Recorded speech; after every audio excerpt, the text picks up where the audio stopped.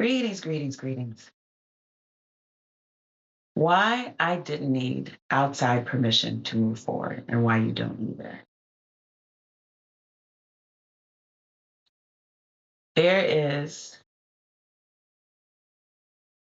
there is a knowing that happens within us on many different levels.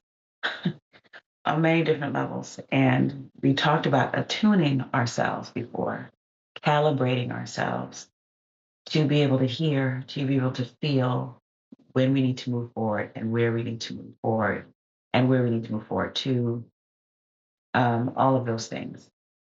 And I think about the knowing that happens in our bodies happens in a number of different ways. It happens on a cellular level, it happens on a spiritual level, it happens on a mental level, and these things are all connected.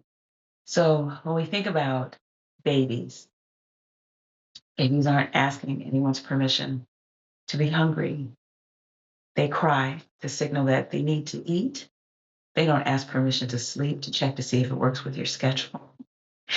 When it's time for them to start moving and working out the movement of their bodies and playing, they're not asking permission for, is it okay if I move my arm now? Is it okay if I clap right now? Is it okay if I dance and spin right now? Is that okay? Because they know something in their body knows this movement is good. This movement is developing me. This movement feels good. It's fun to be dizzy. It's fun to jump. It's fun to clap. This is my voice. It's fun to shout. It brings joy and it is developing them. The older we get, the more we learn to not listen, not just to our bodies, but also to our spirits, to our minds, to the cellular level that is letting us know this is what you need. If you've ever been, if you've ever fasted or done some sort of adjustment to your body, where maybe you commit to walking for a certain amount of time, or you commit to running, or something maybe where you have accountability partners. I'm going to eat this uh, for a certain amount of time. I'm going to do this for a certain amount of time, especially when it comes to our health and well-being. Once the body realizes, oh, you trying to get right, it adjusts and it starts to crave the things that are good for it, that it already knew was healthy, but that we have smothered under layers of sugar or inactivity or whatever it is that we do so that our bodies can no longer find the North Star and figure out what is best for them, for our bodies. But when we do take care of our bodies, then you start to crave the thing that your body needs. You start to crave the additional sleep. You start to feel like you're not quite right when you don't get enough. You start to crave more fruits and vegetables. You start to crave the movement that you have introduced or reintroduced to your body. And so um, the same is true. I heard my son running. I was waiting for him to bust in like the Kool-Aid man. uh, but the same is true with moving forward.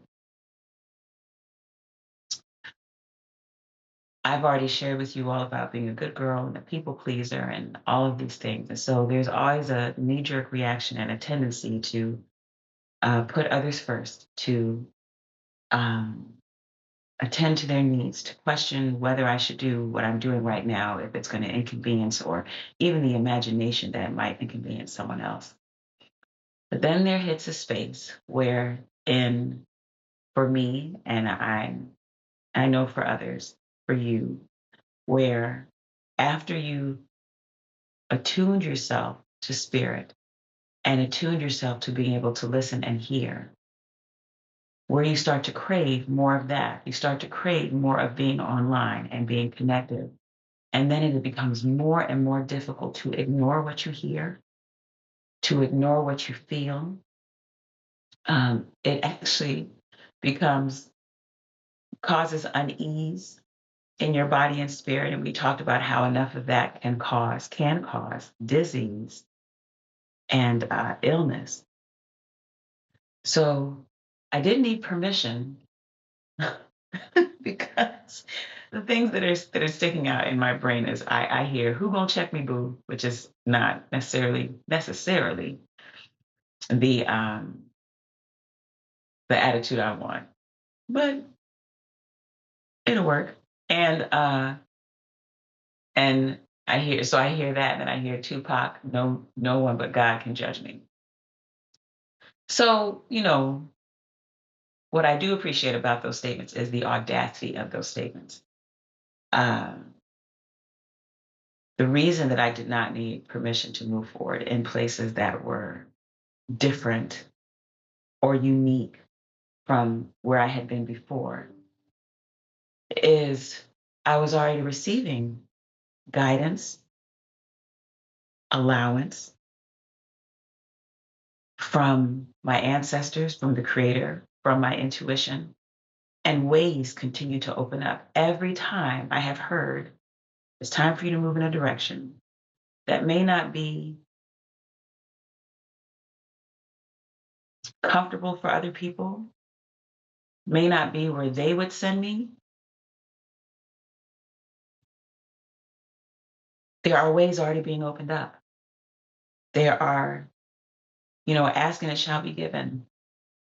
I ask, or the part of me asks that knows this is the direction I'm supposed to be going in, and then the ways start to open. So that is all the permission that you need. It would be dishonoring to the universe, to the creator, to your ancestors, to your spirit guides, both soul, Orisha, however, angels. It would be dishonoring to have your way begin to open for you and you refuse to walk on it.